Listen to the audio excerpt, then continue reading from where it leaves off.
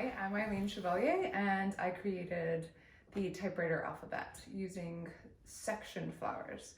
So when you section a flower, you slice it down the center and you get to see everything that's inside, which I think is pretty fantastic. So today we're going to look at how that works. All of the plants that I've drawn are a part of the division called Angiospermae, and those plants reproduce with flowers. They can reproduce lots of other ways, which you can look at in the Christmas cactus propagation video, but they all have flowers, which is why they're part of this division. So this is an old poster, and this has become its own poster, and there's a reproduction poster that's on its own. This is the part we're going to look at today. So the example here is an azalea flower, and you can see that here at the base there is the ovary, and from that ovary is extending this long white piece, and that is the female section. That's called the pistil. At the very tip of the pistil is the stigma, the sticky stigma, where all of the pollen attaches to. And then the pollen, once it's attached there to the stigma, it pulls it in and goes through the center of the style and makes it all the way back up here to the ovary. So the male parts of this are called the stamen, which is pretty easy to remember because it has the word men in it. They are made up of filaments, which are dark here, and anthers. And the anthers are what hold the pollen on the end. So in this drawing of this azalea, the female part, the pistil, is white, and the male parts, the stamen, are a magenta color. So the flower that we're going to cut open is a Christmas cactus, and those colors are completely reversed. So the female part of the Christmas cactus will be magenta. The male, the stamen of the Christmas cactus, are white. All right, so let's cut it open and see what it's like. All right, so we are going to cut open a Christmas cactus.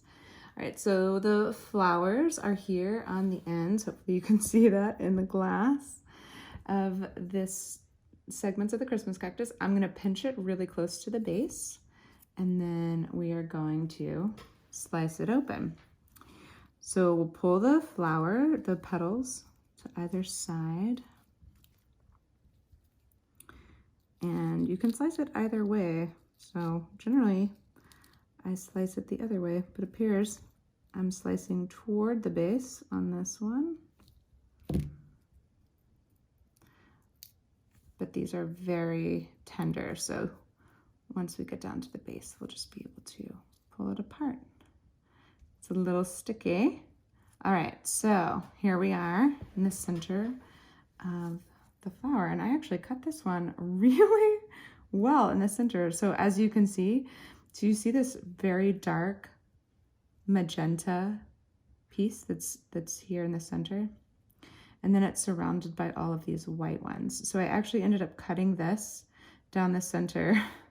So I'm gonna pick up one that I had done before just because it's a little easier to see. Let's see, we'll use this one. All right. So here at the base, where the one that's larger and colored is the female part. Okay, this entire piece is called the pistil. And then the base of it is where the ovary is. So this is where the seeds are going to be made. So that's the goal of the flower, is to make the seeds. So this is what it's all about right here at the base. So what it does is it sends up this female piece, which is called the pistil again, and it has this long section, and then it has this guy on the end. Do you see that? Where it bumps out. And then these, all of them, so many, all of these are the male parts. So you see how thin they are? They're actually, it's easy to remember their name. They're called the stamen, and the very thin parts of them that come up are called the filament.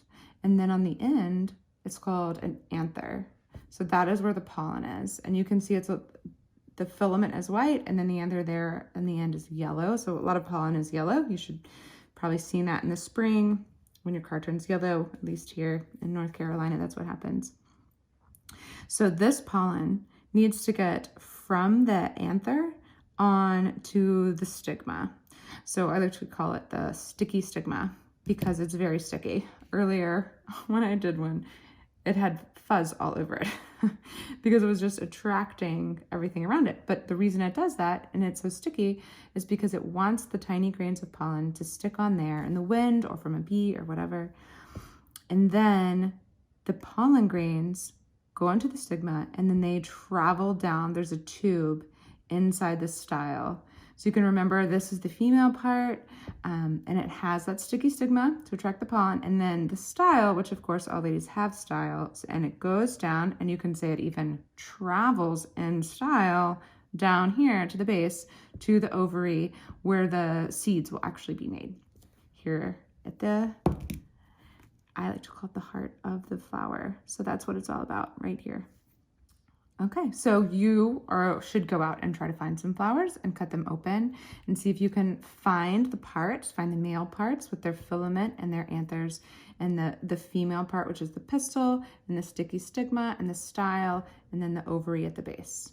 So depending on how old the flower is, so if it's brand new, it might be really difficult to see this ovary, but especially if it's already been pollinated and all that pollen has gone down in there and started making seeds, it could be really easy to see even the seeds that are forming in the base, which is really fun. Thanks so much for joining me today. I'll put links below for how you can find my typewriter alphabet, how you can contact me, and just see what we're up to here at Night King Press. See you soon.